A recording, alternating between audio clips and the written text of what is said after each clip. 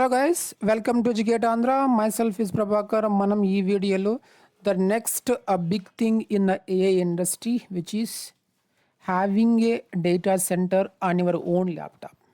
ఈ టాపిక్ మీద డిస్కస్ చేయబోతున్నాం. నేను చెప్పేది అబద్ధం కాదు, నేను చెప్పేది నిజం. నెక్స్ట్ 5 yearsలో ఇదే జరగబోతుంది. మీ ల్యాప్టాప్లోని ఒక మినీ డేటా సెంటర్ అనేది ఉంటుంది. సో ప్రజెంట్ ఉన్న ల్యాప్టాప్లో ఇలాంటి డేటా సెంటర్స్ ఎస్టాబ్లిష్ చేయాలంటే ఇట్స్ హైలీ ఇంపాసిబుల్. ఎందుకంటే ఈ ర్యాము, ఈ కాన్ఫిగరేషన్ అనేటివి డేటా సెంటర్గా వర్క్ చేసేదానికి ప్రాపర్గా పనికిరావు. సో నెక్స్ట్ 5 years, సో ఆ data center on your laptop is going to be the real. దానికి గల కారణాలు మనం డిస్కస్ చేద్దాం.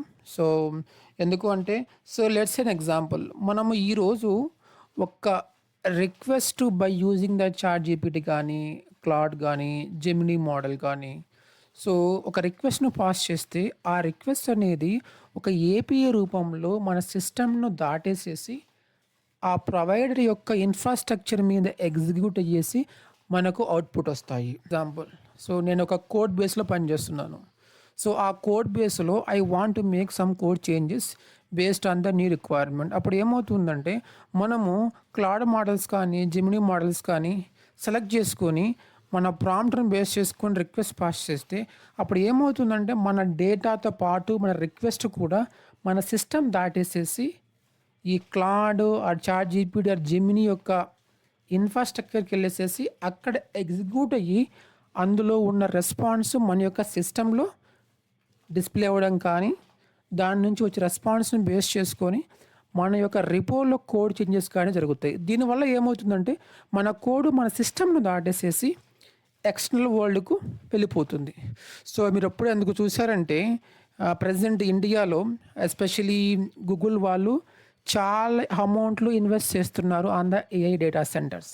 ఎందుకంటే ఈరోజు మనం ఒక రిక్వెస్ట్ సెండ్ చేస్తే ఆ రిక్వెస్ట్ కాస్త ఆ డేటా సెంటర్కి వెళ్ళేసేసి అక్కడ ఎగ్జిక్యూట్ అవుతుంది. సో అలా జరగబోతుంది కాబట్టి they are investing heavily on the AI infrastructure.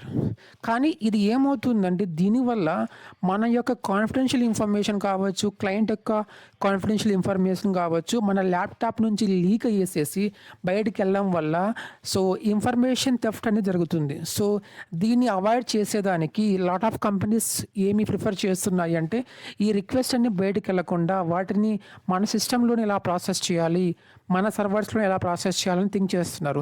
దానికి ఏమంటే ప్రజెంట్ ఉన్న ఇన్ఫ్రాస్ట్రక్చర్ సరిపోదు. So we need the high end systems. So దానికి చాలా కంపెనీస్, ఎన్విడియా లాంటి కంపెనీస్ ఏం చేస్తున్నాయంటే, ఇలా హై ఎండ్ క్యాపబిలిటీ ఉన్న సిస్టమ్ను బిల్డ్ చేసేదానికి ప్లాన్ చేస్తున్నాయి. సో ఇదే కానీ కరెక్ట్గా జరిగితే నెక్స్ట్ 5 yearsలో మన సిస్టంలోని హై ఎండ్ కాన్ఫిగరేషన్స్తో ఈ యొక్క models almost every model can execute with in our system. So దానివల్ల ఏమవుతుందంటే, ఈ యొక్క చోరీ అనేది ఎస్పెషలీ డేటా చోరీ అనేది జరగదు. సో మనం చూసామంటే ప్రజెంట్ లాట్ ఆఫ్ మోడల్స్ ఉన్నాయి. క్లాడ్లో ఓపస్ మోడల్ కావచ్చు, సోనెట్ ఆర్ జెమినీలో ప్రో మోడల్స్ కావచ్చు, చాట్ జీపీటీలో చాలా మోడల్స్, టర్బో మోడల్స్ కావచ్చు.